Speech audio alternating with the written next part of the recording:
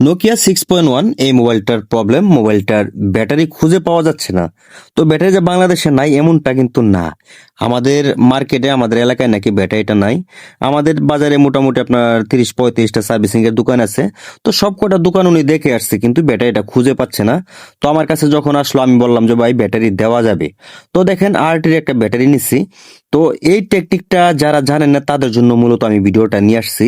তো যেহেতু আমাদের বাজারে 30-35টা টেকনিশিয়ান থাকা সত্ত্বেও এই ব্যাটারিটা নিয়ে আসছে, মানে এটার সিস্টেমটা অনেকেই জানে না, আবার অনেকে জানে কিন্তু ঝামেলা হবে বিধায় এই কাজটা করে দেয়নি।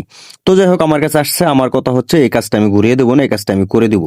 তো দেখেন আরটি কোম্পানির একটা ব্যাটারি নিচ্ছি। এই ব্যাটারিটা কিন্তু একদমই নতুন, আর আমাদের বাজারে আরটি ব্যাটারিগুলো খুব বেশি ভালো চলে এবং কোনো রকম ঝামেলা ছাড়া অনেক দিন আরটি ব্যাটারিগুলো ইউজ করা যায়। তো যে মোবাইলে ব্যাটারিটা যে লাগানো আছে সেটা কিন্তু আপনার সেটের অরিজিনাল। এটা হচ্ছে নোকিয়া আপনার 6.1।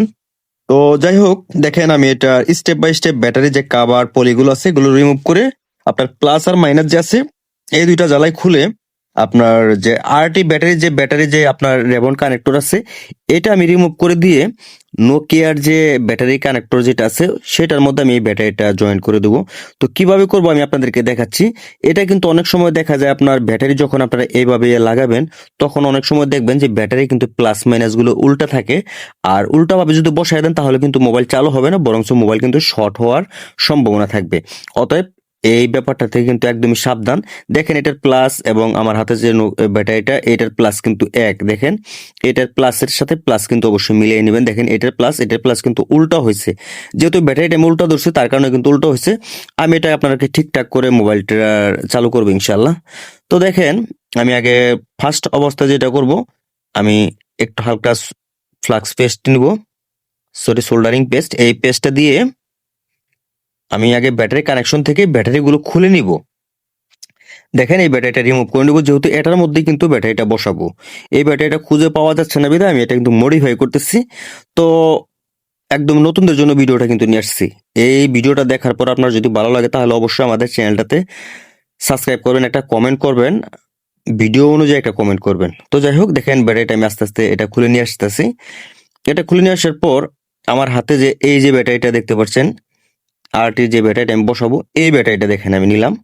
নেওয়ার পর এখন এইটার জ্বালাটা আমি খুলে ওই যে সামনের যে রেবনটা আছে ওইটার মধ্যে আমি কিন্তু এই ব্যাটারিটা বসাই দিব।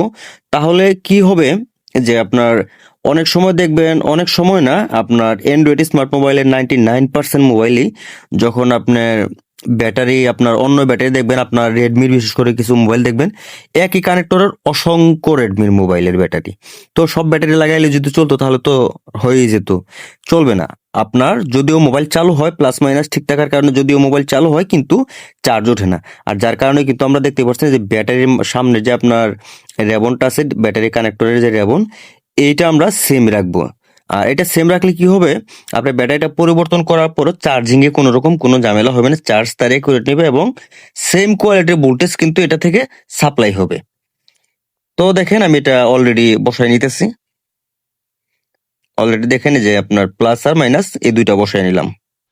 এই এই ধরনের ভিডিওগুলো কিন্তু সবাই আপলোড করে না, যেহেতু আমি আমার পেজ থেকে, আমার চ্যানেল থেকে আমি কিন্তু সবসময় বেসিক লেভেলের কাজগুলো, যারা একদম নতুন কাজ একটু কম বুঝেন তাদের জন্য কিন্তু আমি এই ভিডিওগুলো নিয়ে আসি।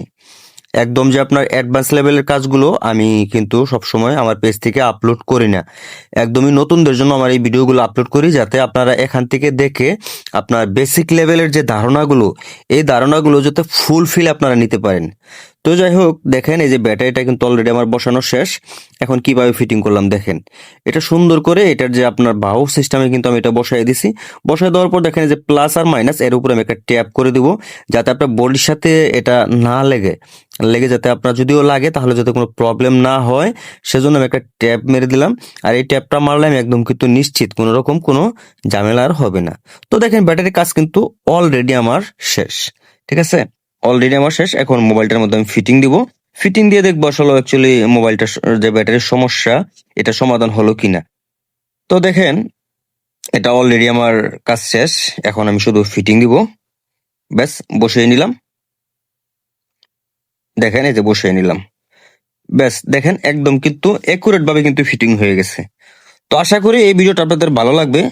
যদি ভালো লাগে তাহলে অবশ্যই আমাদের চ্যানেলটাকে সাবস্ক্রাইব করবেন, ভিডিও অনুযায়ী একটা কমেন্ট করবেন, প্রতিনিয়ত আমাদের ভিডিওগুলো ফলো করবেন। ভালো থাকবেন। আসসালামু আলাইকুম।